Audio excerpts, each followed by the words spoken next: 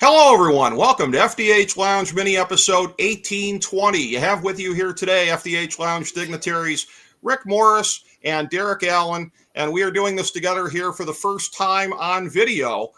We've been doing the video platform here throughout 2025 to this point. First time we've been able to welcome in Derek for that. And we're talking the first wave of trading and free agency for the NFL once the 2025 calendar year began in earlier March. And so we're going to be taking a look at some of the early winners and losers thus far. And always great to be able to bring in Derek and get his perspective on things here. And so, Derek, without any further ado, good to have you on, my man. Glad to welcome you to our new video platform here. I've been looking forward to doing this with all of you guys. It's great to have you in for the first time this way.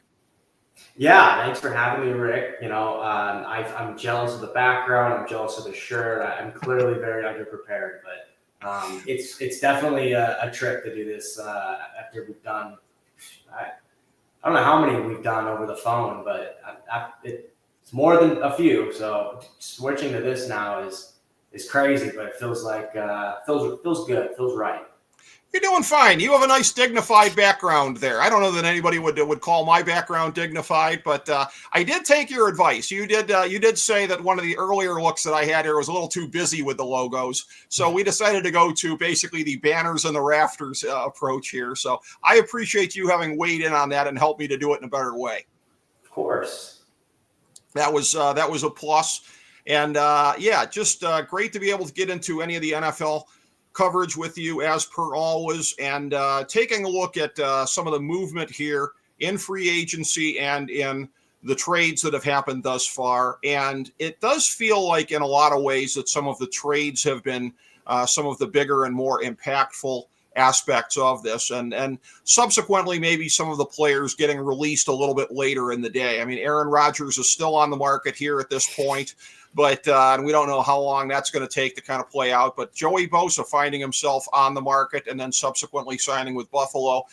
Outside of that, again, a lot of the trades have probably been a little bit more impactful as far as some of the acquisitions. Geno Smith making his way to Las Vegas. I don't think any of us necessarily saw that one coming. So just what are your early kind of top level kind of thoughts on what we've seen thus far with the free agency and trades? I think the first thing that jumps out is really like the those top playoff teams that we had from last year are still there, if not better. And everyone that was, mid-range or bad really didn't change. Like I feel like we're in a way just gearing up for a repeat of last season, which was fine. Last season was fun. Don't get me wrong, but I just didn't see, I would almost look at like Washington, right, coming into last year. That was coming, and granted they had obviously a great rookie that they got, so the draft will probably paint this picture a little more. But just after free agency, I mean, everything's looking pretty much the same. The quarterback market was relatively interesting. I agree with you. Geno leaving was interesting.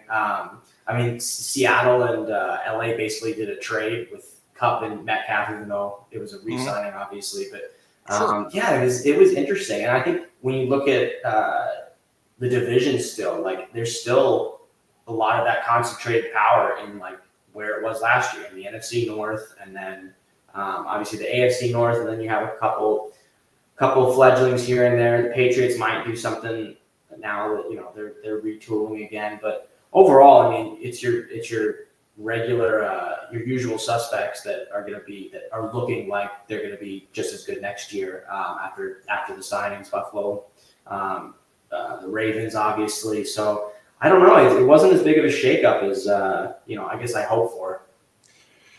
Well, and I think that was because when you look at the caliber of players that were out there at the end of the day, it didn't necessarily really merit that. I mean, when you're looking at Cooper Kupp being one of the bigger things to have happen here, when he had sort of played his way out of favor with the Rams, not because there was anything necessarily wrong with him, but just that the Rams kind of figured that they'd gotten the best out of him that they were going to get, particularly for what his price tag is.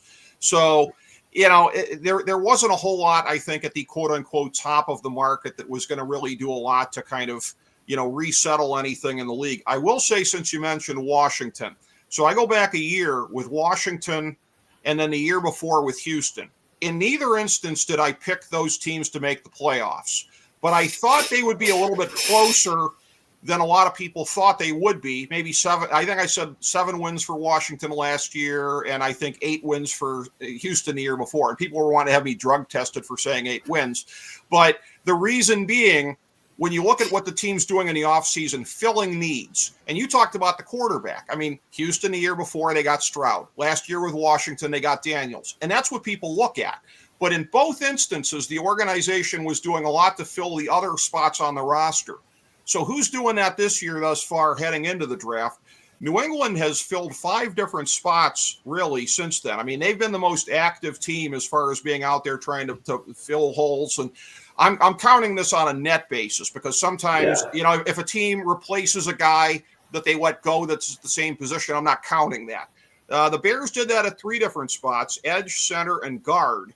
So the Bears have been pretty busy in that. Interestingly, Detroit right now is one of the teams that hasn't done much of anything either way. So you look at that, and obviously they're pretty content with the roster that they have. But a team like Chicago that was basically in the cellar last year, retooling with a new regime here, at least with the coaching staff and everything that they want to infuse into that, and making the moves to kind of show, even going into the draft, they look like a team that could be poised, albeit it's going to be very hard in the toughest division in football. But they're a team right now that I think that's doing what it's got to do to put themselves in position to make that leap. Yeah, 100%. And I think you can see it how a lot of teams invested in like the offensive line market very early on. I think those were some of the biggest splash signings early on, because I mean we're seeing it. That's the trend, sort of where the league's going with run first teams, right? You look at the Eagles, what they did with Saquon. You look at what Detroit does with their Sonic and Knuckles combo. So I think there wasn't as much of a run at running backs, but I think that's somewhat expected because the way it seems to go now is teams are basically hoping to just draft a good running back, get a good 3-4 years out of them, then go to the next one. So that wasn't as surprising, but the line for sure. And I think that's where we're seeing it. Maybe that's why it wasn't, the most exciting. It hasn't been the most exciting offseason, but and you can see that, like you said, a lot of teams filled needs, and then some teams it looked like kind of they're doing a bit of a sell-off. The Niners are in a weird spot for some reason. That was the biggest one that jumped out at me, though. That's sort of how they've been, at least in the last.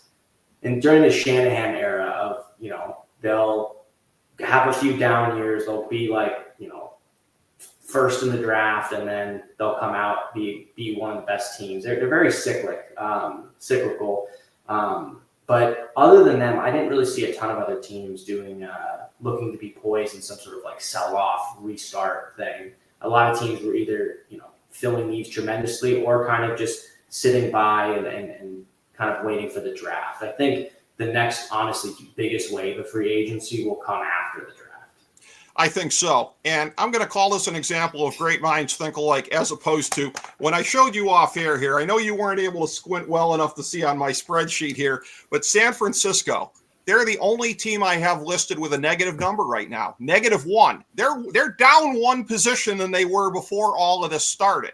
And part of that was they were a team that was sort of getting into cap hell with some of the expensive players that they had there. And there was going to be a little bit of a retooling that was going to be necessary. But I think also they concluded internally that what happened last year was not a fluke, and that they were in a position where they needed to kind of, I'm not going to say necessarily take a knee for 2025, but to not be as aggressive. I mean, for a team that was in 2 Super Bowls in recent years, to basically take a year, and if you do it the right way, and San Francisco's been pretty much a model organization, I think, since Lynch has gotten there as general manager and with Shanahan as the coach. In about a year or so, unless you've really screwed yourself over with, let's say, a Deshaun Watson contract, then you could be able to bounce back in a period of time here. So San Francisco looks like they might be kind of settling in for that, and maybe a little bit in the way of reduced expectations for this season. Yeah, couldn't agree more. I mean, they're like I said, they do. I feel like I've seen this song and dance from them every other year. I am surprised the stats lined up with me though. Like that was just beer math in my head there. So I'm surprised the numbers actually added up. You intuited what was going on here, yeah, because I have a number of teams at 0 as far as not any better or not any worse. A couple of them, of course, from the AFC North, which has been pretty dormant thus far. Cincinnati, Cleveland, Pittsburgh among them. Baltimore is only at a +1. Cincinnati, everybody's going to give credit for them.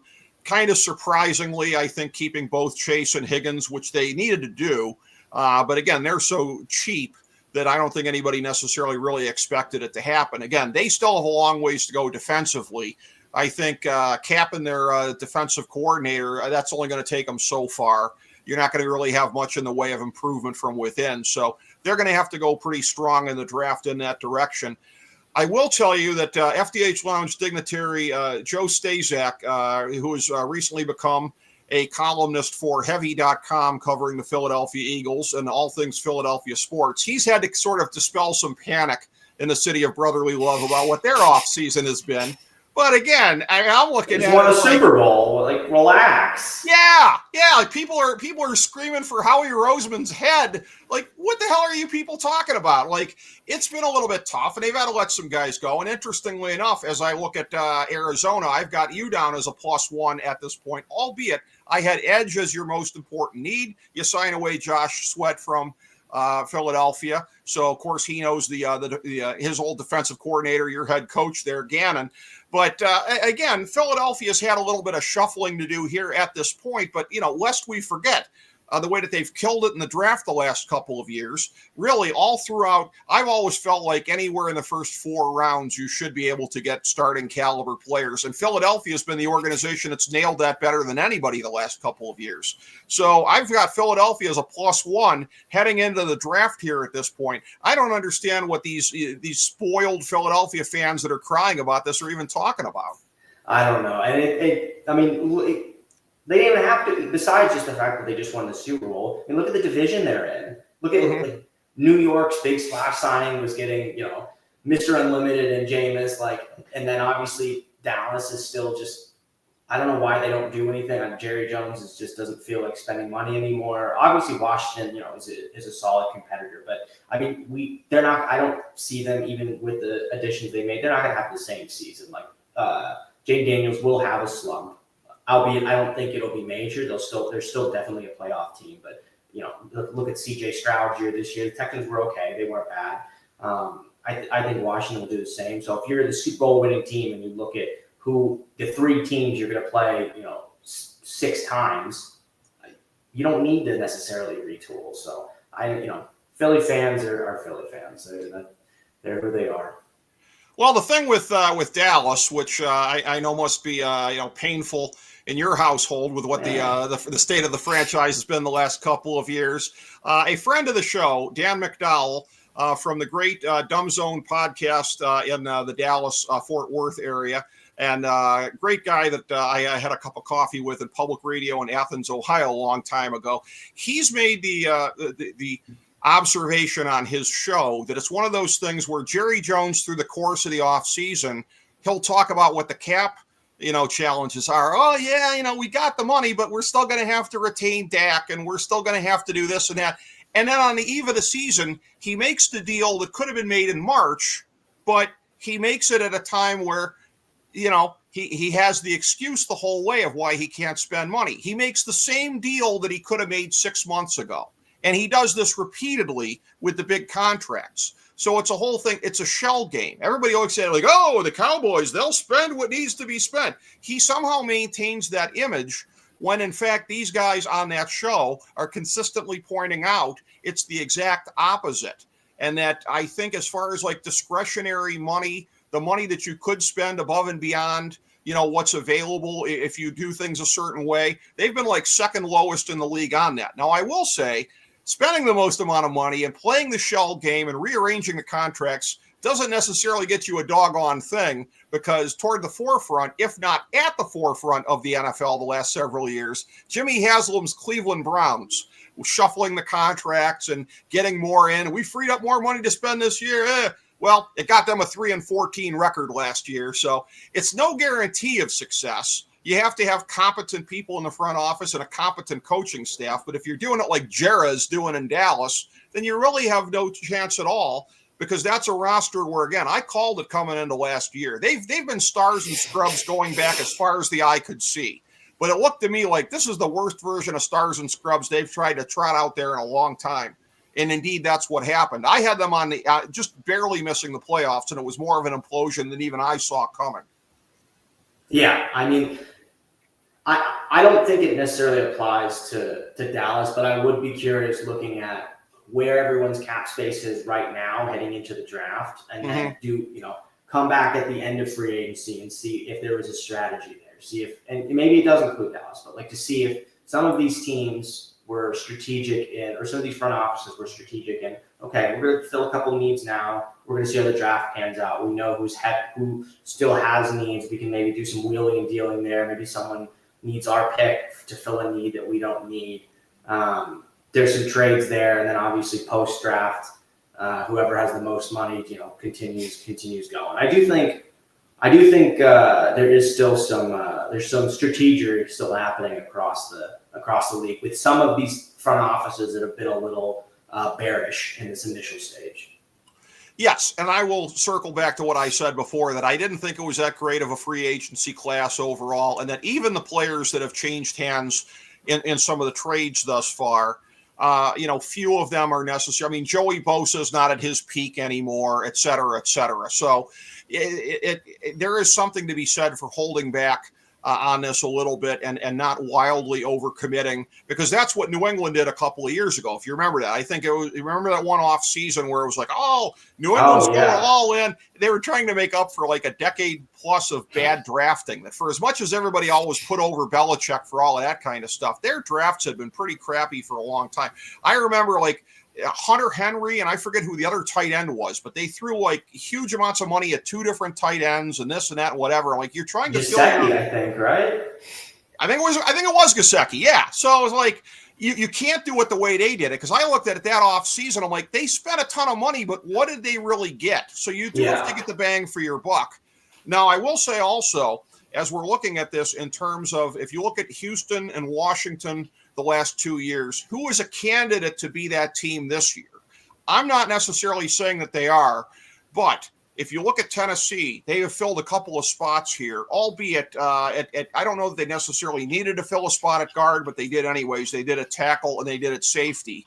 So they've added 2 to 3 starters heading into the draft when they're likely to get Cam Ward. And as I said before, in the last 2 years, it was Stroud and it was Daniels, and that's the first thing everybody looks at for those teams' improvements in that year. If Tennessee has a big 2025, the first thing people are going to look at is Cam Ward. But they also seem to be setting the table in other ways to be able to take that kind of a step forward, and we'll see what they do in the draft in addition to what they do in the first round. Yeah, in principle, I agree. I'm still so bearish on this quarterback class. Like I don't personally. I don't believe in the Cam Ward hype. Honestly, like obviously, Abdul Carter has his knee injuries. Otherwise, I would say that was like the strongest pick in the draft. But I still think whoever gets Genty is going to be off to an amazing start. But in terms of, again, going back to quarterbacks, like I just don't see it. And with Tennessee's obviously massive need there, and again, regardless that this is becoming, a little more of a run first league, but you still need a stud at quarterback. If you look at everyone that was in the playoffs last year, like that was all of them. Granted, whether you call Darnold or not a stud is up to debate, but stats wise he was, and win percentage he was. But I just don't know if I see that with this group. Like people like Cam Ward's maybe the only one that I could see like, yeah, maybe, but other than that, so that's where I don't know if any team is going to be able to make that massive jump in the draft, because those teams that were at the bottom are in need of a quarterback, and I don't think they're going to fill it in this draft class. But I could be wrong. I didn't think overly highly of Daniels. Granted, he had obviously won the Heisman, so I wasn't completely bearish. And I don't know if I was super high on Stroud either, but I don't see a Stroud or a Daniels sitting in the wings this year. Yeah, and I'll tell you, it's the weirdest thing. I wasn't high on Stroud either, And I say that as somebody where, again, my dad's an OSU season ticket holder, and we don't make it to that many games. Still, he disperses most of the tickets, but I'm seeing them all on TV. And he just never wowed me until I think it was the Georgia game. It was the Peach Bowl game in the national semifinals, and that was where he and Ryan Day just sort of unclenched the butt cheeks because they had to. The same thing Ryan Day would do 2 years later when he was backed up against the wall. It's amazing what happens when you actually play to win and you actually have an attack-oriented offense. So he basically showed me in one game that he was capable of doing that when he hadn't really shown it to me before. So I was, for the most part, with you on Stroud and pleasantly surprised at the way that he turned out. I am somebody that, again, tends to be, I love that old term, the bitter clinger on what I think about guys, and I will hang on to my opinion. I hung on to my opinion all throughout this pro career about Jared Goff. I never wavered on him. And I guess my equivalent at this point would be, I know he's probably going to go in the third round, and it would probably be a reach to take him in the first and maybe in the second, but I am still a bitter clinger on Quinn Ewers. I really think that guy can do it. Ben Chu, our FDH Lounge dignitary, accuses me of falling in love with the highlight reel. And maybe I do. I'm a highlight reel guy. What the hell? Yeah, that's in my profile. I'm a highlight reel guy. But he can make every throw. And there aren't many of those guys. I don't see it. So if there was some equitable bet we could make right now, I would do it. But I'm on an island. I like Quinn. I hope he does well, but I don't see it. Again, I do not see it with really any of this quarterback class besides like Cam Ward is the only maybe. But yeah, again, when we look at the draft, and again, I think the quarterback class is not great. But when you look at the rest of it, I wonder, especially when we're looking at. We were talking about Cincinnati earlier, still having that massive need across their entire defense. If that's really where they're looking to fill it, if they're looking, and does that, if Cincinnati is looking at the draft to fill their needs on the other side of the ball, are they willing to trade away pieces? And do these other GMs know that? Like I think my prediction right now is I think it's going to be a heavier trade-based draft than maybe years past because of this inequity, and some teams went all out and some teams didn't. So I think there's some sort of chess match playing. I could be dead wrong, but we usually have a couple going on in the first round, but they're usually just picks and not players.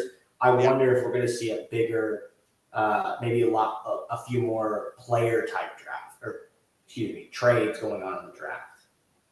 Yeah, possibly, and possibly even some trades yet to drop before the draft. So something that I'm going to get into, this was texted to me not long before we started recording here. So the breaking news, it's a scoop? Let's just call it rumors, but it's a rumor that comes, interestingly enough, from an old cohort of mine back in the old Sports Talk Network days. So this is not a name that is known nationally, but in the greater Cleveland area, Bruce Drennan is a local radio legend. He was somebody who came to the Sports Talk Network for a period of time back when it was going there, and I overlapped with him, and I had the joy of co-owning a fantasy baseball team with him one year. Took years off my life. You don't want to co-own a team with Bruce, but so I never really much heard him refer to sources back in the day very much, so I don't know. But I get this out of the blue not long before we start recording. I think good old Ben Chu sent it to me. This was on Twitter, that he, on his local show today, he does a locally oriented podcast that is a simulcast on local cable TV. He was going to be breaking that evidently there is a Browns-Cowboys Dak Prescott deal afoot, which I just, as a bitter Browns fan in exile, I'm just rooting for maximum chaos right now until everybody's Deshaun going to Dallas would actually make perfect sense. Now, I don't know if that's, I mean, that probably would have been teased in the whole thing here if Dak was going the other, if Deshaun was going the other way. I don't know if that's the case. And I don't know how you afford Dak's overpriced contract if you already have Watson, because the team is already dealing with some cap stuff. So, I mean, this is one of these things where, with all due respect to Bruce on this one here, it would take some fancy footwork to pull that one off. But that that notion has to be something that would be shocking to you. It was to me when I heard about it. I could see it, especially with how calm Jerry's been, or how, I guess, inactive they've been in this first segment of free agency. Maybe Jerry's cooking something up. I doubt it, but now I'm going to be looking out for this. This is fascinating. I love this. Well, and I didn't get a chance to, I just saw like the preview of it. So as far as what Bruce actually said on air, I'm sure I'll catch up with it later on. For a couple of my friends who are still really on the Browns bandwagon, I gleefully texted that to them. Like, hey, what are you guys thinking about this? So yeah, when you're feeling bitter about what a team has done, there's nothing that you love more than doing of spreading the bad news about things like that to the other fans, being the skunk at the garden party. But there aren't too many people that are still that optimistic about the Browns. Although FDH Lounge dignitaries, Jason Jones and Chris Galloway are among the two. So they were recipients of that text from me like, hey, did you see what Bruce was tweeting out today? So, yeah, that'll be interesting to see how it plays out. But, yeah, like you said, everything ultimately leading up to draft night. And we are going to have some announcements to be made in the not too distant future here about the unprecedented level of draft coverage we are going to be doing with this show. We always do a preview show and a recap show. Of course, myself, Jason Jones, Chris Galloway. Again, but we're going to have some bonus coverage as well. And I know from talking to you, you're going to be part of that also. So I look forward to being able to talk about that a little bit more in the weeks ahead as we come up to the draft. Were there any other thoughts that you had about what we've seen with the free agency and thus far the trades that we hadn't gotten to yet? I was curious your thoughts on Minnesota, specifically the decision to stand behind JJ McCarthy instead of sticking with Sam Darnold. Now, I don't know if maybe Sam Darnold was saying, I'm leaving unless you give me a massive contract. If that's the case, then I understand it makes sense for them. But if maybe he just wanted something, I don't know, something smaller. I know they've seen McCarthy in practice, but you just went to the playoffs with Darnold. Like, it didn't end the greatest, but you're just going to trust it all on a guy that I guess he's not a rookie anymore, but a rookie that's never played a snap in the regular season. I just thought that move was almost a step back after the year they had. And I don't know.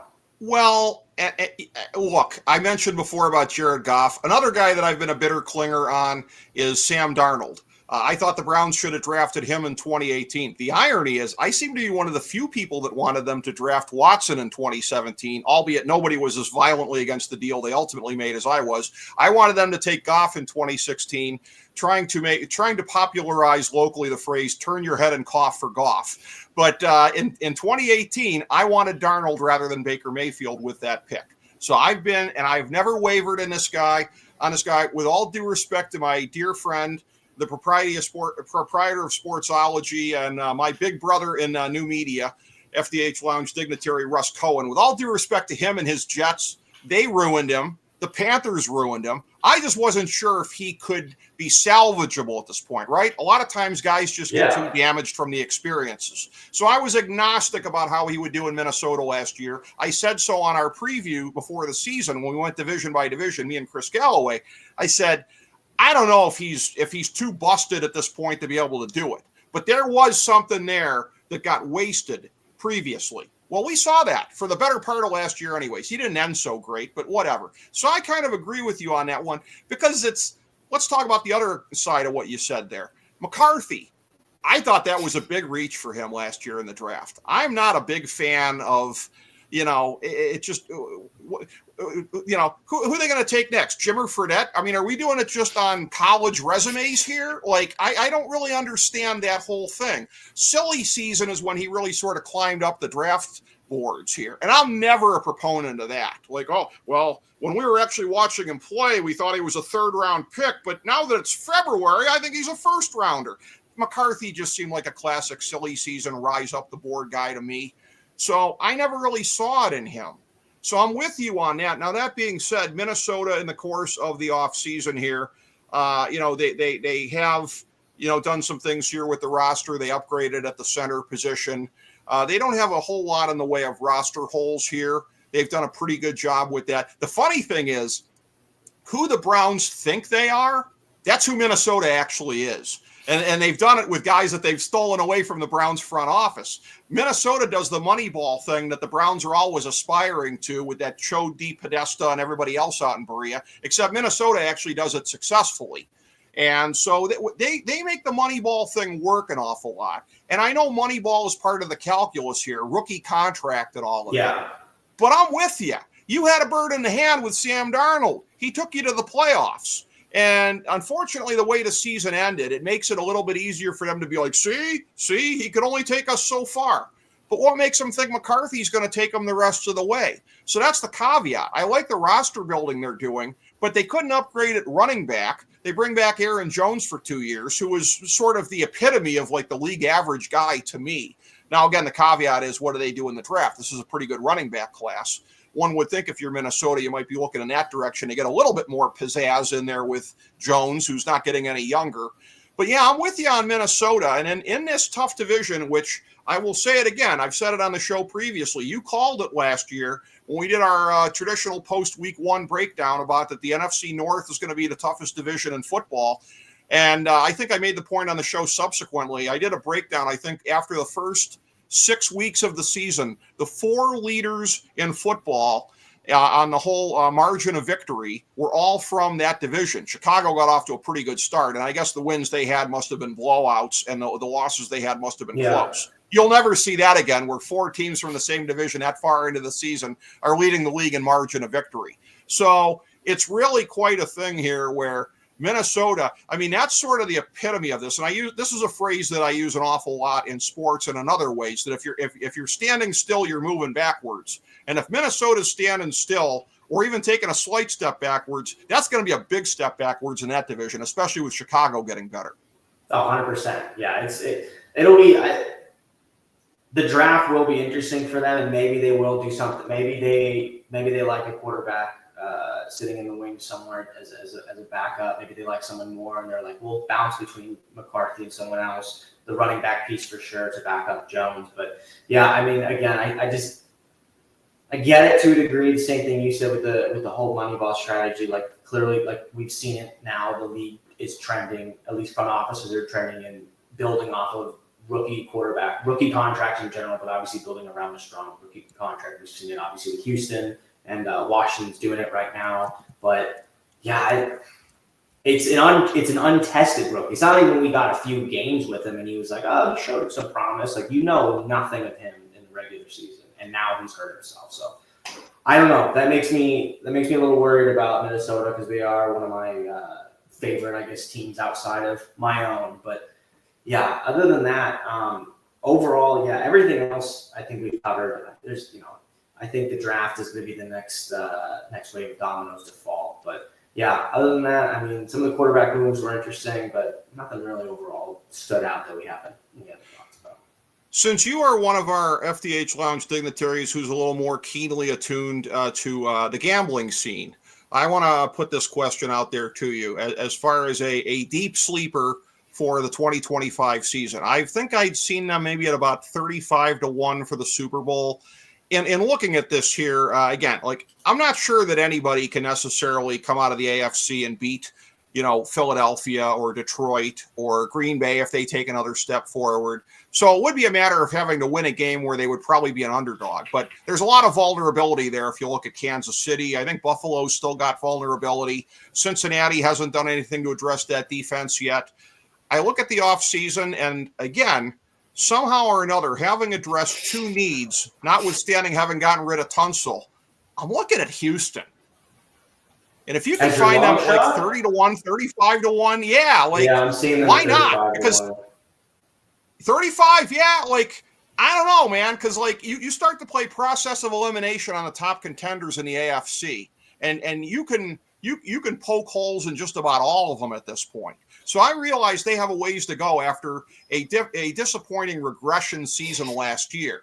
But I wonder if it's not a matter of recency bias as opposed to what we thought of them coming into the season, when a lot of people had them as not a Super Bowl dark horse, but maybe even quasi contender. Why can't they be that a year from now? That's kind of what I'm looking at here. So I'm not saying that they're a great bet to make it to the Super Bowl, but as far as a value pick goes, them at 35-1, that seems like about as good of a value as you're going to find.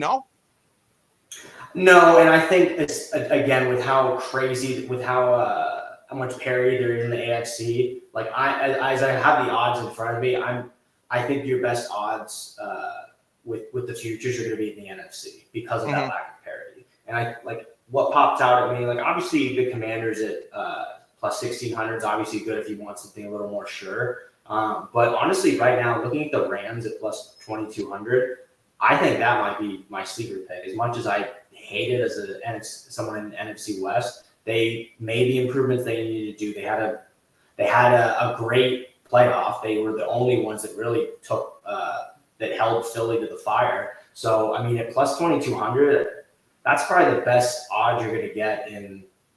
That's something that's reasonable. If you want to go crazy and take a flyer with Houston, would probably be a good flyer. If you want to go real crazy with it, maybe Chicago makes the jump, but or maybe Minnesota as well. Minnesota right now is at plus 3,000. So I mean, you're gambling on McCarthy, no pun intended. But yeah, I mean, the most realistic long shot right now that's pretty good odds, I would say, honestly, is the Rams. Interesting. Okay, yeah, the Rams in the NFC, yeah, because they would qualify as a long shot a little bit anyways when you're slotting them behind Philadelphia, Detroit, probably Green Bay, and some of the other teams in there as well. There might be folks that might slot Tampa Bay and Washington ahead of them as well, potentially. But, yeah, we'll have to see how this all goes for the remainder of the trade and free agency period leading up to the NFL draft, which, like I said, we will have extra special coverage before, after, and during the NFL draft. More about that in the time ahead here. Again, anytime anybody is on, we always like to get in whatever kind of plugs we can for them. And I know you always like to have plugs directed to, of course, your better half here, the great Maya Master. You can find on Twitter at Chaotic Goodest, as well as at Linktree, Chaotic Goodest also as well. The $1 Trillion Baby, great author, the emerging voice of, as I always say, in the 2020s in areas of health and wellness here. So always want to get all the plugs that we can in there for her, Derek. Very, very deserving. Thank you. Absolutely. And if you obviously follow her first, but if you have one extra follow to share on Twitter, you can follow me as well at dude_cav, DUDE_CAV. Yeah, that's right. And as I always get the joke in there too, not my Cleveland Cavs, the other kind of Cav here, the military kind. But if I hadn't packed it away, I could have thrown on my Stetson, and then maybe that'd be my thing next time. Maybe once after the move for next season. That's my staple. Perhaps you can, yeah. And of all the teams, by the way, when my Cavs were on their West Coast team, of all the teams to stub their toe against, it was your Phoenix Suns recently here. So in an otherwise execrable year, you got that going for you. You took that. I do have a futures on the Cavs, so I'm a Cavs fan for this NBA season. Good for you. What'd you get us at? Oh God, I'd have to look. It's a pretty good line. If you got in before the season, you're gonna be rich, buddy. Oh no, it wasn't before the season. But it was a pretty good line. I got them at plus 500. So okay, yeah, no, that's good. That's good. That was probably not a super early jump in on them, but yeah, no, that's definitely still a good price.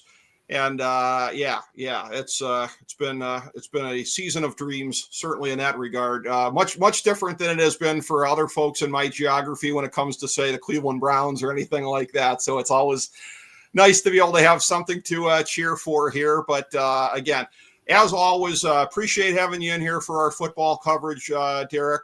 Thank you so much for making time for us today. Thank you. Appreciate it, Derek. Thank you. And thanks, everybody, for checking out FDH Lounge mini episode 1820.